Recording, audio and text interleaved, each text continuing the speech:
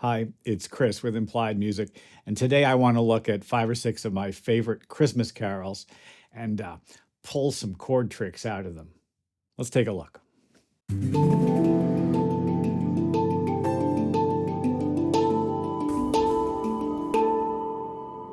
Well, I'm not going to say that the history of Western music is embodied in Christmas, traditional Christmas carols. Am I not going to say that? No, I am going to say that. It's true. The oldest sort of forms of Western music are rooted in church music. And of course, the Christian church has a long tradition of sort of chant and then chorales. And some of the earliest carols come from that music in church. And then things move forward as well. Of course, we have these kind of wonderful examples of 19th century English Christmas carols, and then some modern things as well. Well, I thought we would just tease out a few moments from 5 or 6 different carols. There's a specialty number at the end. Let's take a look at it. So my first example is from Jolly Old St. Nicholas, and see if this chord progression sounds familiar.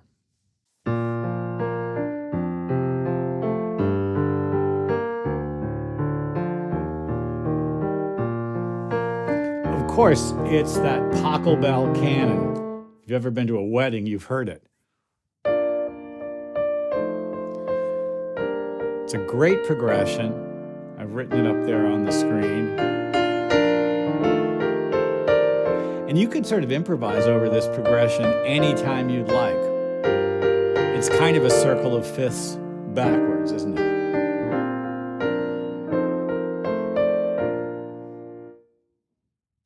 Well, that's a standard one. And it's like I said, one of those 19th century chord progression forms. But an older one is "O Little Town of Bethlehem." Let's take a look at it.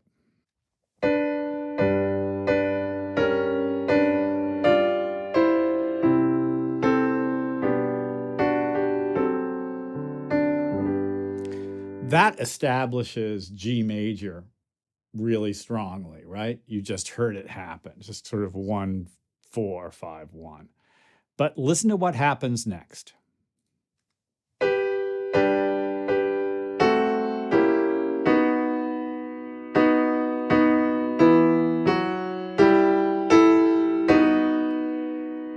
We were in G, and somehow we managed to wind up in B major. And it's a big moment, right?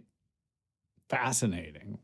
So we've talked about how this can work for epic music as well, moving the roots of the chords by thirds, either a minor third or a major third.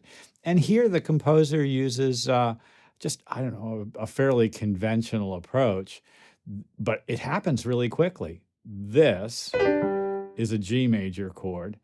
And then what chord does he use to get to the B major? Well, it's a diminished triad. So that diminished triad is built over the A sharp, and it's like the top of an F sharp dominant minor 9. It's a strong sound. And of course, it's a great way to go. It's a kind of a secondary dominant trick to get there. And we do love that effect. Let's go on. Let's do a couple more, and then there's a little treat for us at the end. "We Wish You a Merry Christmas" is a beautiful example of secondary dominance laddering up the scale. It begins solidly in G, and then has a secondary dominant trick to a new key level, and then another new key level, all within the first 8 bars. G goes to C, A goes to D, B7 goes to E minor. Of course, that's the relative minor. And then it bails out back to G. Goes around a beautiful little circle. Secondary dominance, A7 to D, and then B7 to E minor. scales out. Well, smart, right? And it all happens rather quickly. O Tannenbaum is another example of moving to the relative minor, a deceptive cadence. You might expect that the piece was going to wind up in this moment we'll look at in a second, back at G, but instead it winds up on E. And it gets there in a very interesting way, using what I think of as the Christmas chord.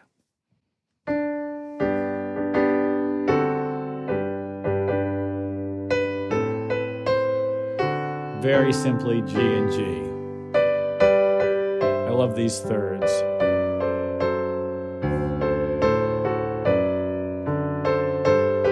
And right here it comes. That moment there. We'll look at it in a second. This is the moment I want to look at closely. In order to get to the E major chord, the second chord here, there's a pivot chord, which is this beautiful D minor 6 chord. It's over the F.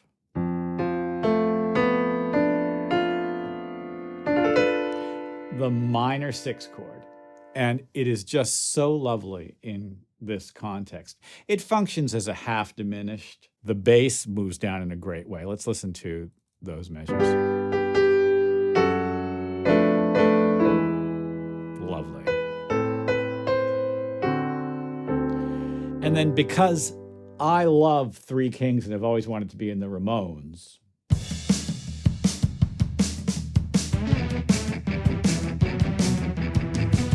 nice solid minor harmony, just a lot of fun.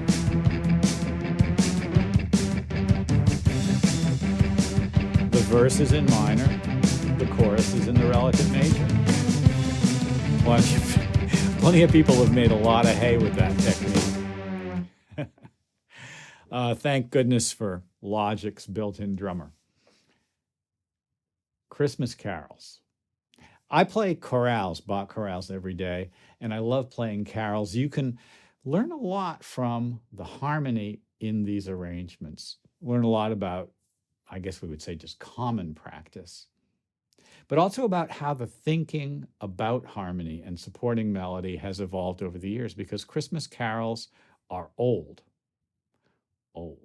Some of them very, very old. It's interesting.